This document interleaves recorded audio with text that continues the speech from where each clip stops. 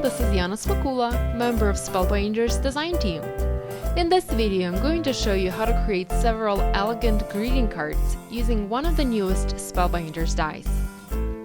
I will be using beautiful Houndstooth Texture Plate along with an A2 Knitting Basics B set from Spellbinders for my projects in this video. I've already picked several pieces of cardstock for my cards, and I have a silver matte cardstock, gold mirror cardstock, and also a sheet of light gray card. I'm going to begin working on my card by creating a textured background. What I love these new texture plates for is the ability to not only emboss them, but also to use them to create textured backgrounds. I'm using my platinum die cutting and embossing machine and my cutting sandwich. I'm not going to cut anything, but I'm going to create texture on my piece. By using my cutting plates instead of embossing plates, I'm able to create a textured background on my cardstock. The design is not being embossed onto the card, instead it's being printed in a way onto the surface of your cardstock. And there we have it. Look how beautiful this is. Very different from your usual backgrounds. Let's try this one more time, but on a different cardstock. I'm using silver matte card this time, and once again, the same cutting sandwich.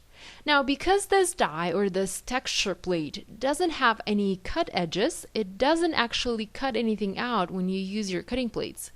There is an outer edge die that will cut a rectangle out, but the texture plate piece itself will not cut the design out. And there we have it, our second textured background, also very beautiful.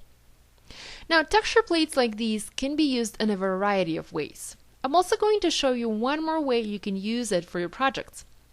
I'm going to ink up my texture plate using white pigment ink, and I'm going to letterpress this design onto a piece of gray cardstock.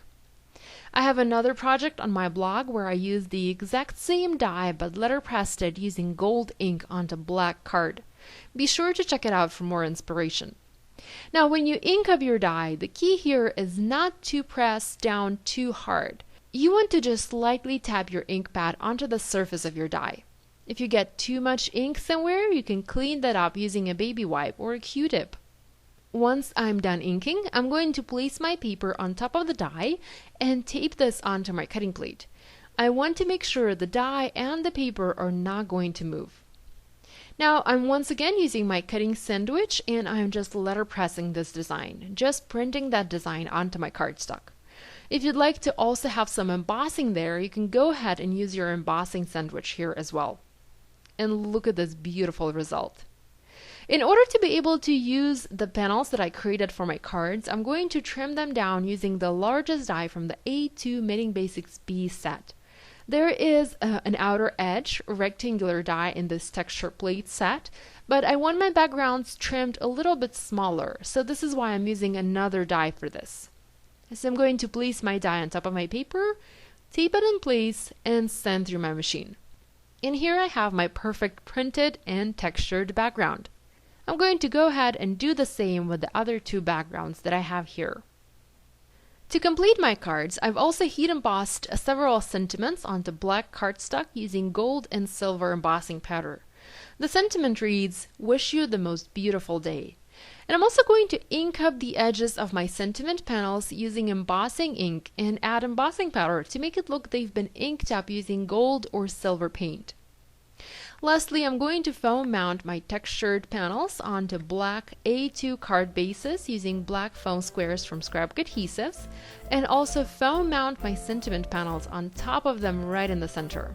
As a last final touch, I'm also adding a couple of black enamel dots and placing them in 3 spots, forming a visual triangle around my sentiment.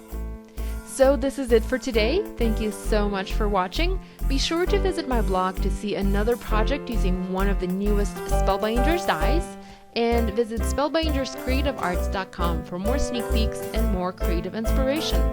Thanks so much for watching. I'll see you next time. Bye!